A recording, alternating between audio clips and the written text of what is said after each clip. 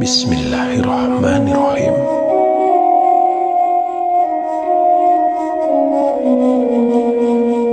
Cinta kepada Rasulullah SAW menjadi kunci utama bagi seseorang yang ingin berjumpa dengan khairul bariyah tersebut. Perjumpaan dengan Nabi Muhammad SAW, baik lewat mimpi maupun langsung, merupakan kenikmatan agung yang tidak bisa ditukar dengan apapun. Itulah yang pernah dirasakan oleh Syekh Syamsuddin Muhammad Al-Hanafi, ulama agung yang dikenal sebagai salah satu waliullah, seolah memiliki waktu khusus untuk berjumpa dengan Nabi Muhammad SAW. Laku hidupnya yang mencerminkan akhlak Rasulullah SAW menyebabkan dirinya begitu mudah bertatap muka dengan manusia luhur sepanjang masa. Muhammad Al-Hanafi juga begitu rajin berkirim salawat sehingga ia diperkenankan oleh Allah SWT untuk bertemu dengan Nabi Muhammad SAW lewat mimpi.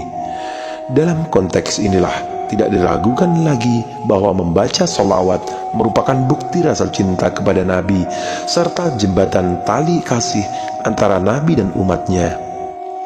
Oleh karena itu, orang-orang yang dekat dengan Allah SWT tidak pernah lelah menyenandungkan bait-bait selawat kepada Nabi.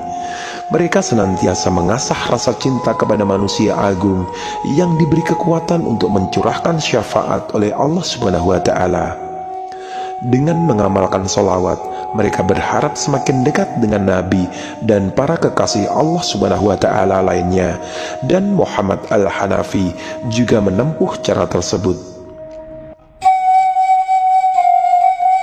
Sepanjang hidupnya, Muhammad Al-Hanafi mengasah ketajaman rohaninya dengan bersolawat dan beribadah kepada Allah SWT. Ia berharap supaya bisa semakin dekat dengan Allah SWT dan mendapatkan syafaat dari Rasulullah SAW.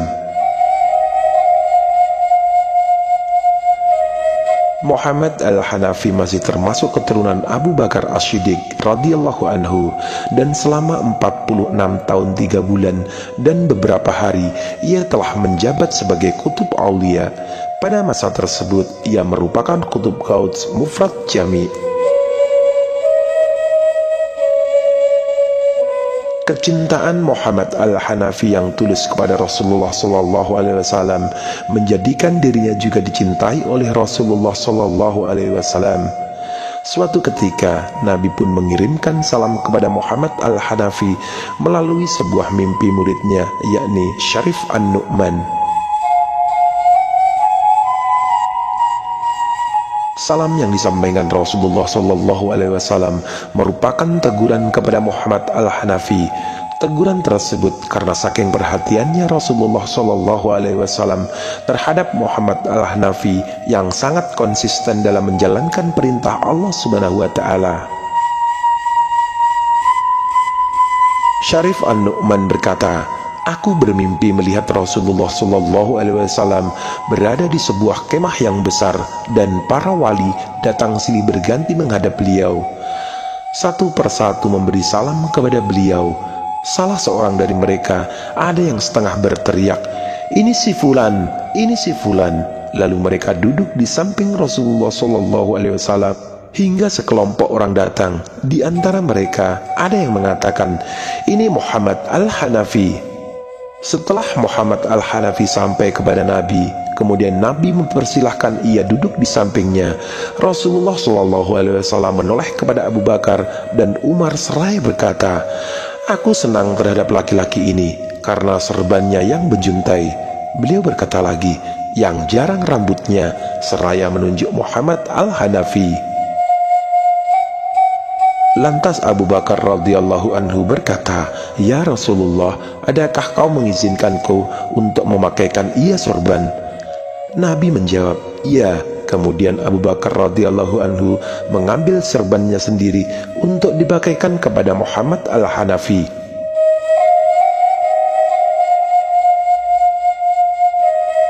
Beliau mengendorkan sorbannya sebagai rumbai yang menjuntai di sebelah kirinya, lalu memakaikannya kepada Muhammad Al-Hanafi. Mendapati mimpi yang demikian, Syarif An-Nu'man menceritakannya kepada gurunya, Muhammad Al-Hanafi. Muhammad Al-Hanafi pun menangis terharu dan orang-orang yang ada di majelisnya juga ikut menangis. Kemudian Muhammad Al-Hanafi berpesan kepada Syarif, bila kamu bermimpi kakekmu Rasulullah SAW lagi, tanyakan kepadanya tentang suatu perintah yang menurutnya termasuk amalku. Beberapa hari kemudian, Syarif bertemu Rasulullah SAW dalam mimpinya. Lantas ia menanyakan tentang perintah gurunya tersebut.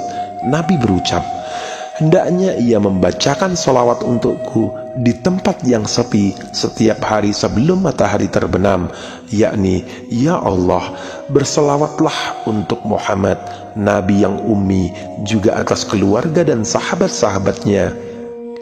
Berikanlah kedamaian kepada mereka sebanyak jumlah hitungan yang engkau ketahui, seberat timbangan yang engkau ketahui, dan sepenuh yang engkau ketahui. Sungguh luar biasa mimpi tersebut, karena saking cintanya Nabi Muhammad SAW kepada Muhammad Al-Hanafi, sampai-sampai Nabi memberikan sendiri bait salawatnya melalui Syarif agar disampaikan kepada Muhammad Al-Hanafi. Tentunya tidak sembarang orang yang bisa mendapatkan bimbingan langsung dari Nabi, sebab hanya orang-orang yang memiliki tingkat kesabaran yang tinggi dalam mensyukuri rimba keilahianlah yang dapat memperolehnya.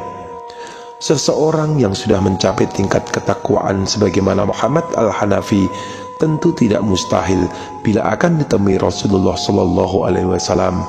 Beliau akan menyambangi, bertegur sapa, dan sekali-kali memberi nasihat terkait amal kebajikan yang mesti dilakukan oleh orang tersebut.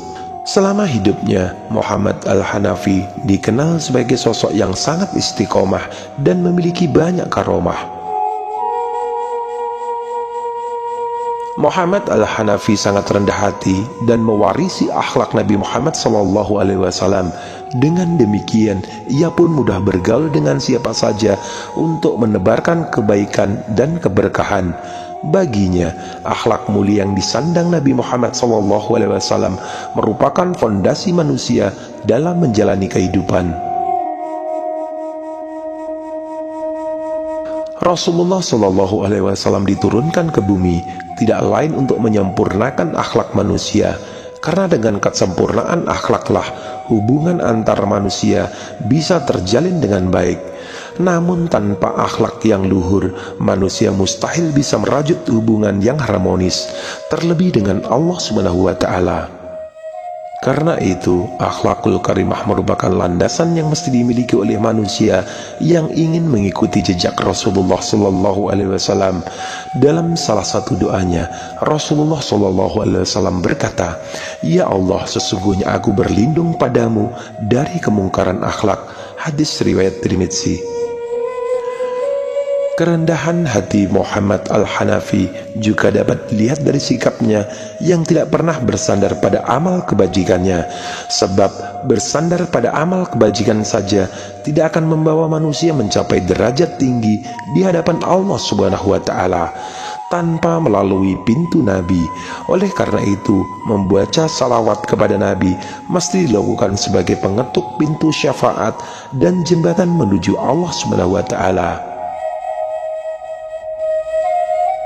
Muhammad Al-Hanafi sadar betapa ringkihnya amal kebaikan yang telah ia lakukan, dan ia pun paham bahwa ibadah manusia tidak ada apa-apanya di hadapan Allah SWT bila dibandingkan dengan pencapaian Nabi. Oleh karena itu, jalan yang semestinya manusia tempuh ialah dengan mengabdi kepada Allah SWT serta sepenuh hati mencintai Rasulullah SAW.